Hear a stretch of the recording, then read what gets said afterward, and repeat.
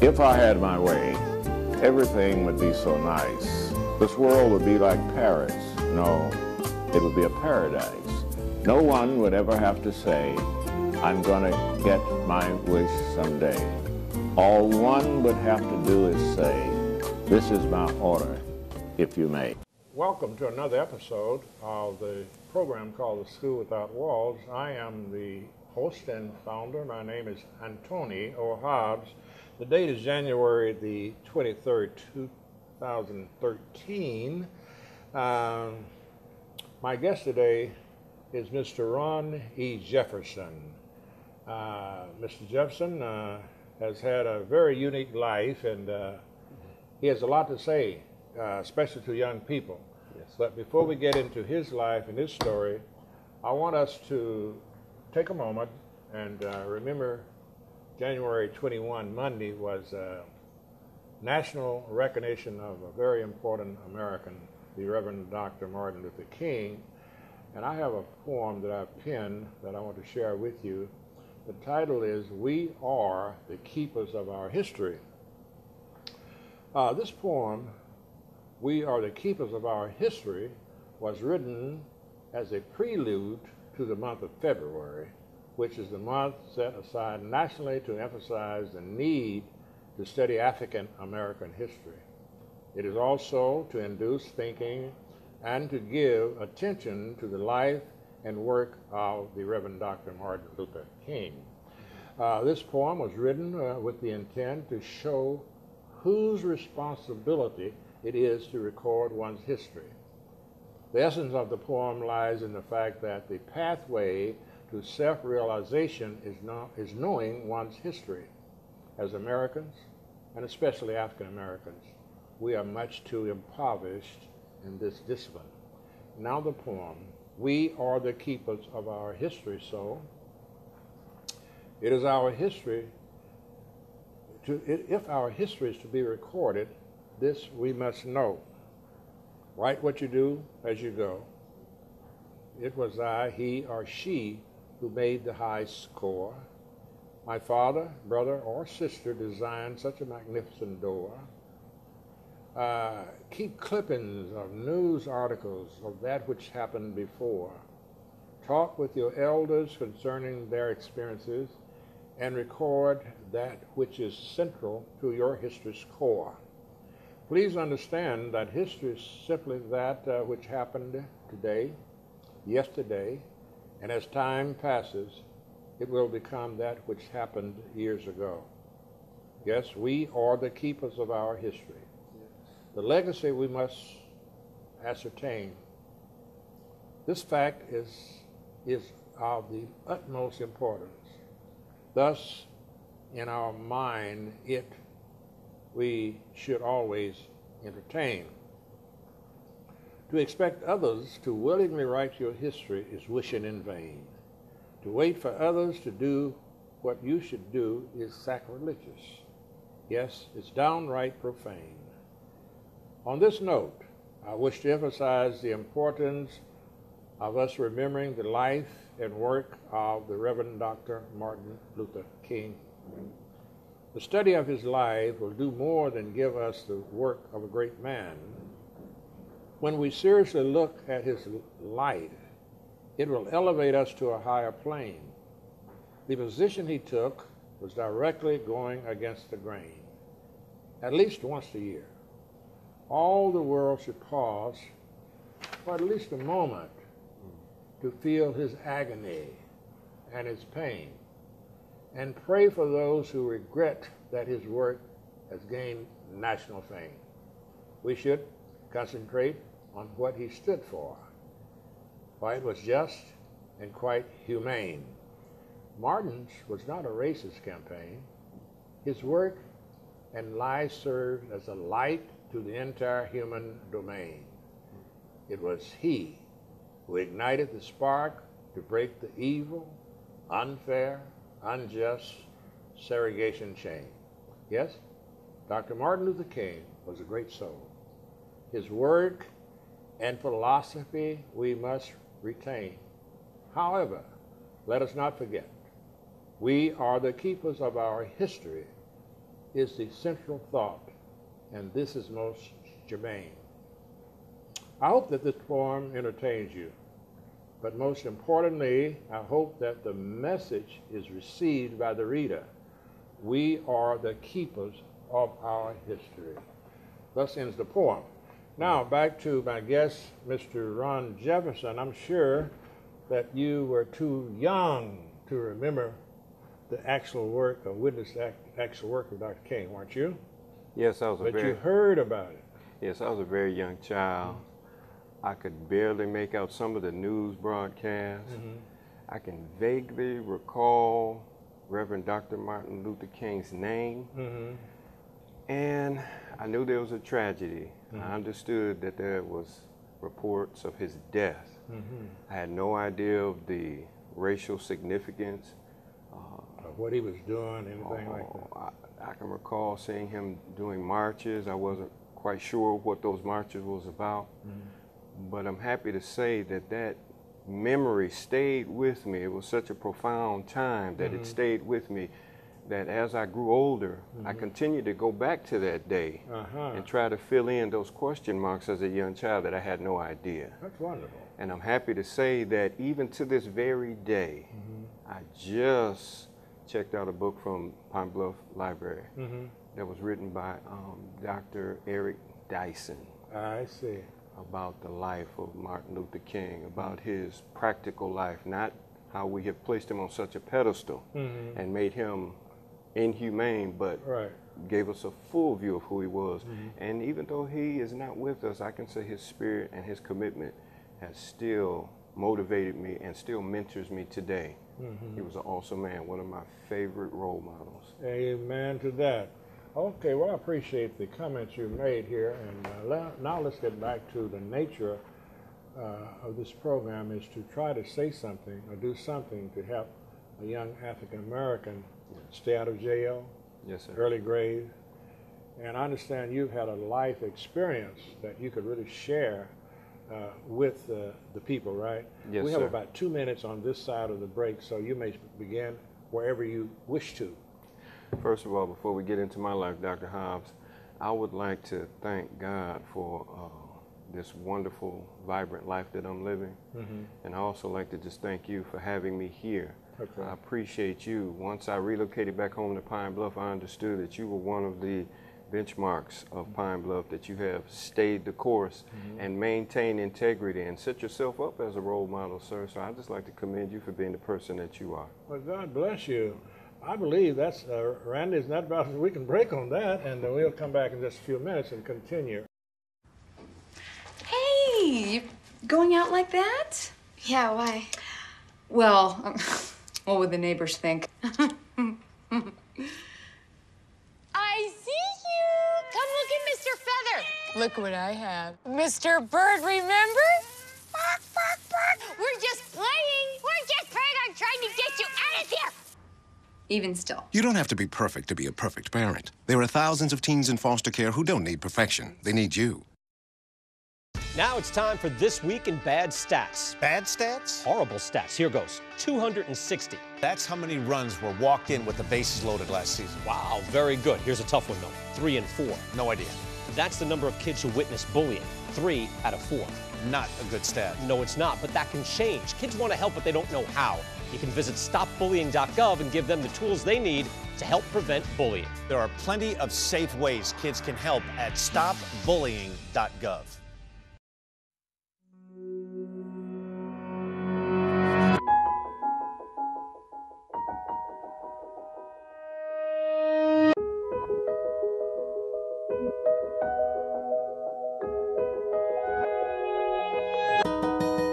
For those dealing with the daily struggles of caring for a loved one, we hear you. That's why AARP created a community with experts and other caregivers to help us better care for ourselves and the ones we love.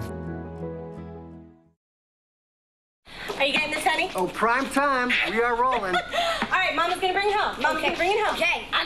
Come on, watch this guy. Oh, backwards! Oh, Woo! don't. Oh, it went into Bob and Carol's yard. Oh, no? Okay, yeah. here it comes.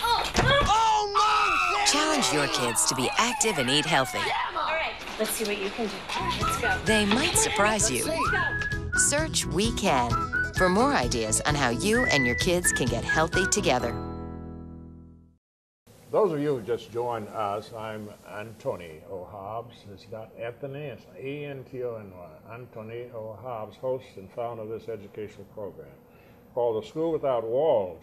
My guest today is Mr. Ron E. Jefferson, a man that I admire so much because he's had some difficult days, and he is not ashamed to share those with us with the purpose of trying to help some other youngster not make the same mistake. Is that correct? That's very much correct. In your own words and your own way, it's your show. Well, the thing that I've done is that I have used people like yourself, outstanding citizens that just stood on their own 2 feet, spoke the truth, spoke their mind. And I use that in some very difficult times. And when I say difficult times, I'm talking about, first of all, before we get to the major points, I like to talk about the significance of the father in the home. Okay, good. And it's all leading up to why I'm here today. A lot of people would like to know about what certain factors plays into why this person turned out the way they were. Right.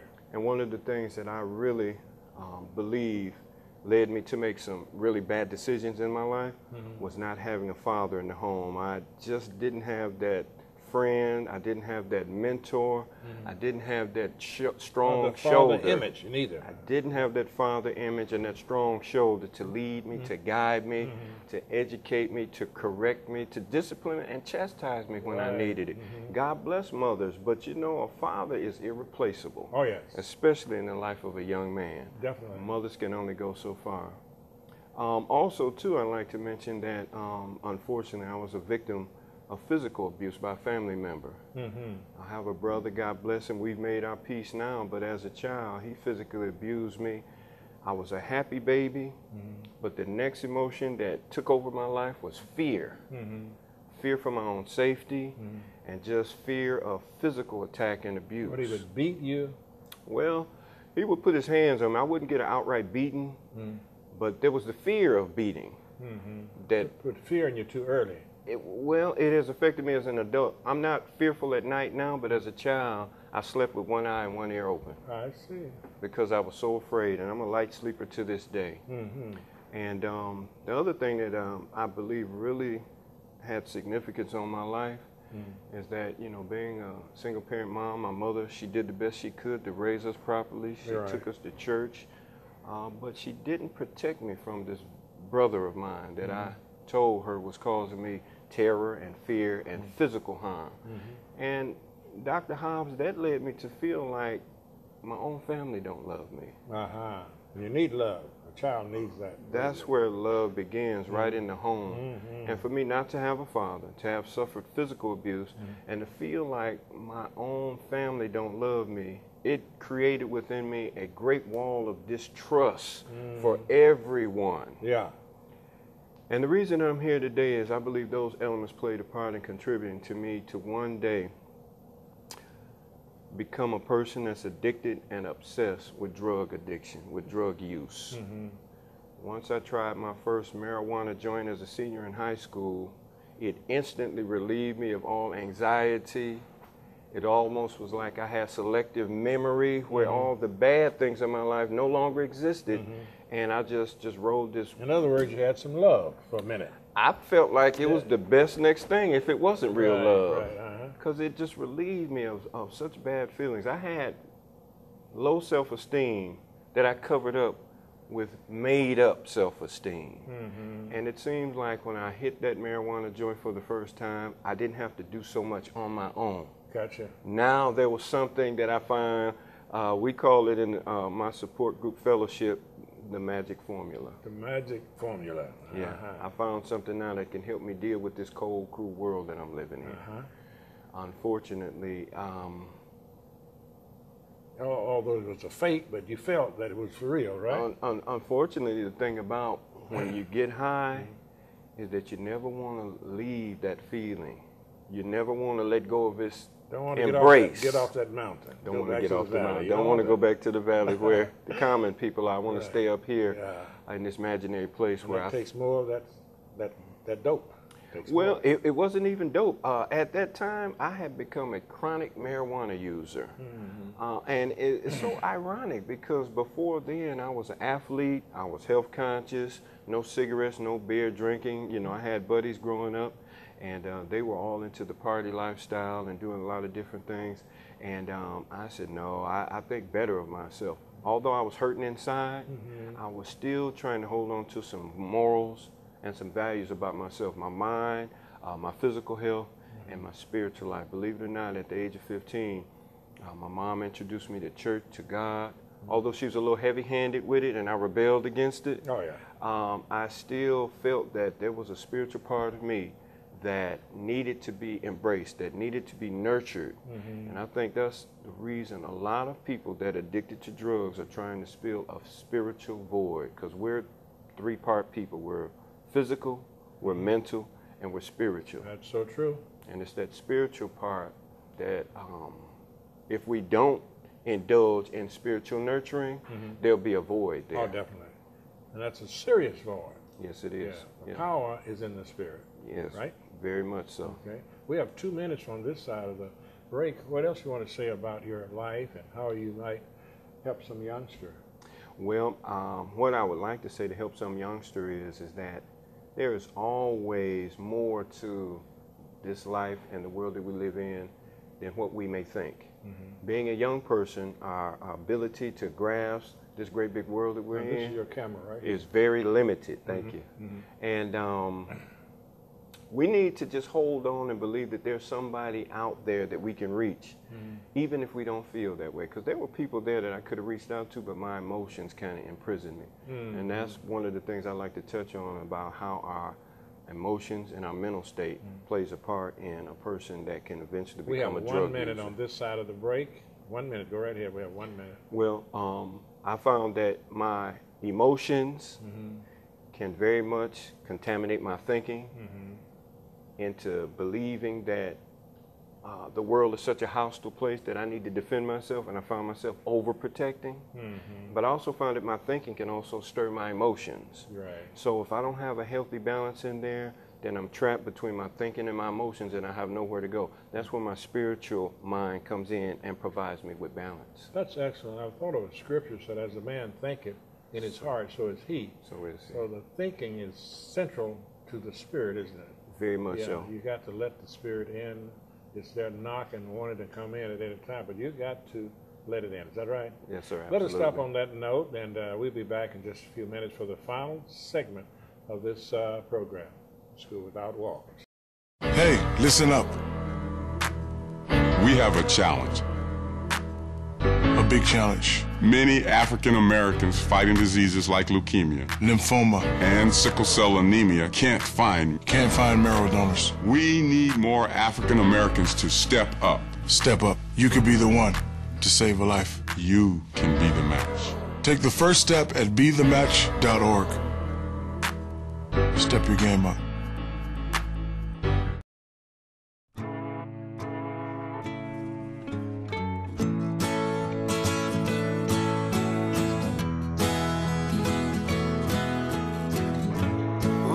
Son, tell him that I've begun to dream of things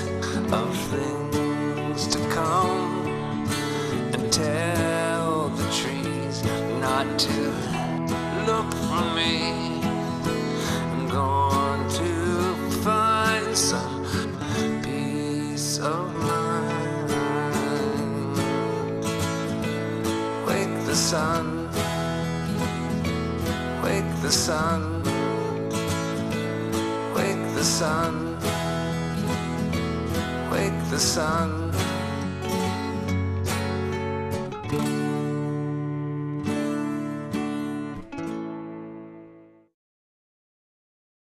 Hi, my name is Danny Andre Burrell II, a senior here majoring in industrial technology, management, and applied engineering. I thought that I would be looking for a job at this point.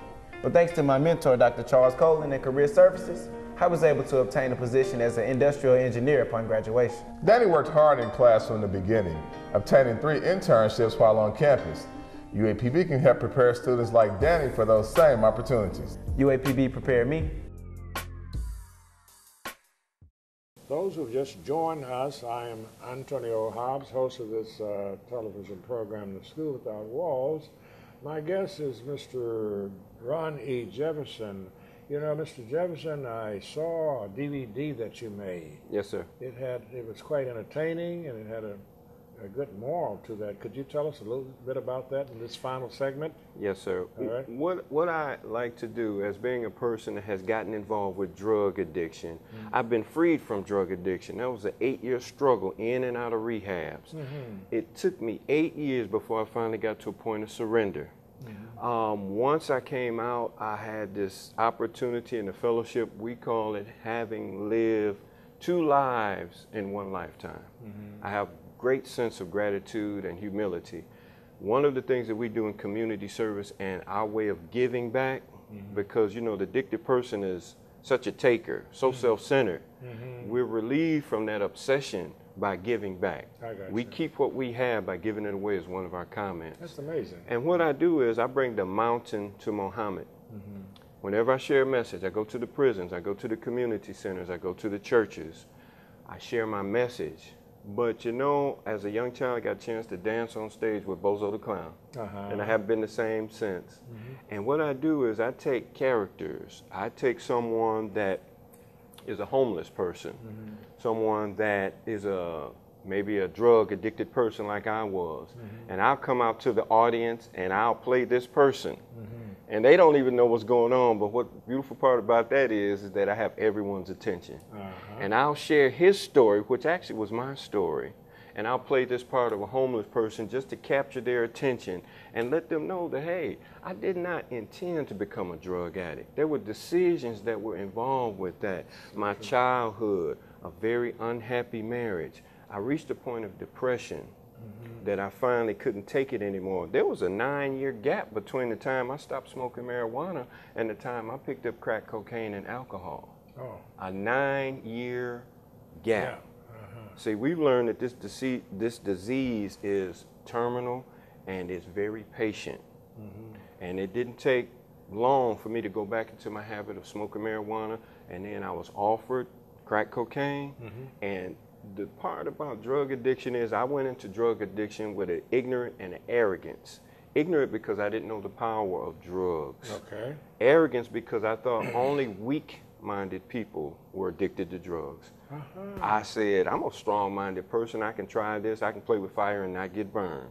And that's what happened. And I became addicted, and I realized that drugs will break your strong will down, because a lot of friends and family members say, well, why don't you just make up your mind and stop? But they don't understand that by the time I realized that I had a problem and I was addicted, guess what? I had already been captured by drug addiction. So what I do when I go to the churches, I'll even try to play maybe a street character to get their attention. When I go to the churches, I like to play maybe a Bible character. There's a man that is depicted in the Bible that Jesus, who's my Savior, met in the gatherings in the cemetery. This man was demon-possessed with a legion of demonic personalities and spiritual influences. And I brought this character back to life.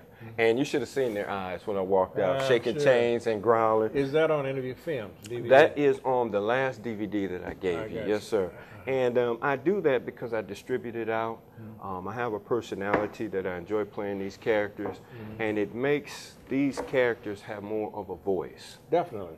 Now, we should have about 4 more minutes. Let me ask you, what is it that you can say now directly to the young people here in the community to prevent them from getting where you were?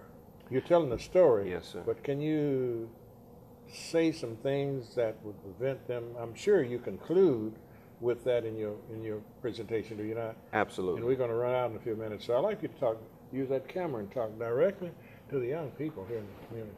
Yes, sir. If you're out there and you're a young man or a young woman, of course you're going to be introduced to a certain lifestyle that seems fun and it seems harmless. And that's the bait that gets a lot of people caught in alcohol abuse and drug addiction. I went down that Soul Train party line thinking that it's harmless fun. That's how it is in the beginning. But as you continue down that road, what you'll find out is some of those substances, that marijuana, that drug, will relieve you and make you feel better than you've ever felt before. And unfortunately, that can be a trap for a lot of people, being hooked on those feelings, Dr. Hobbs. And what happens is that as you continue to live, the stresses of life will come on you, and you'll go back to trying those substances to escape. We call it medicating ourselves. And some people become addicted to self-medication. What I'm saying to you is, don't even try it. Don't think that you'll be the exceptional one that will not become addicted, because that's the hook right there. If you like that feeling, you're subject to be a person that become addicted to drugs and alcohol. And what we found is the solution is, we found that there is a spiritual remedy. That means when a person gets sick and tired of being sick and tired, when you burned all your bridges, when you don't have anywhere else to go, it seems like when you've tried to quit on your own and you've done everything you can, unfortunately it takes some people prison terms that you were talking about, stints of homelessness, unemployment. I lost everything that I go owned. to the bottom, as they say, huh? Yes, sir. Go to the bottom. Yes, we sir. have two more minutes. Well, when I finally hit my bottom, I was homeless. I had lost my job. I had lost my money and employment, and I was at the bottom. And from deep down within my soul, I asked God to come into my life once again. As a believer, I had stopped believing in God, that He cared for me, because my life was not happy. But I found out through that even though God didn't answer my prayers when I asked Him to, that He was always still there. Oh, yes. So now I understand that God was allowing me to go through my own feelings. Even I made the bad choices, God still had a master plan, because now I'm committed to sharing this message of hope and deliverance and inspiration, not only to the person that's suffering from drug addiction, but from the family members and friends as well. Well, I want to thank you. We have less than a minute now. I really enjoyed what you said. On Sunday at 11 o'clock, this coming Sunday, I'm going to speak at the Ramada Inn at the Jefferson room. Yes, sir. On something similar to this. And I was thinking as you were speaking, like I'm going to talk about faith and the role that we have in determining our destiny. Yes, sir. Okay? And also the laws. There are laws of nature, like the law of compensation. Okay. I'm talking about the law of compensation, and it's based on biblical principles. You're going to reap what you sow. Reciprocity. Yeah, reciprocity is there in the natural scheme of things. So I hope you come by if you have time and can. Thank you. Okay, Randy, I think it's about time for us to sign off here. Again, I want to thank my guest, Mr. Ron E. Jefferson, and may God continue to bless you, in this ministry. That's what it's all about. Yes, sir. And I want to invite you to come to St. John African Methodist Episcopal Church. You know where it's located, on Pullen and Cherry. Yes, sir, I do. Yeah, you come there, and we have a new pastor, and he's going to be dealing with different programs, and I think you can have a chance to help us there with your program.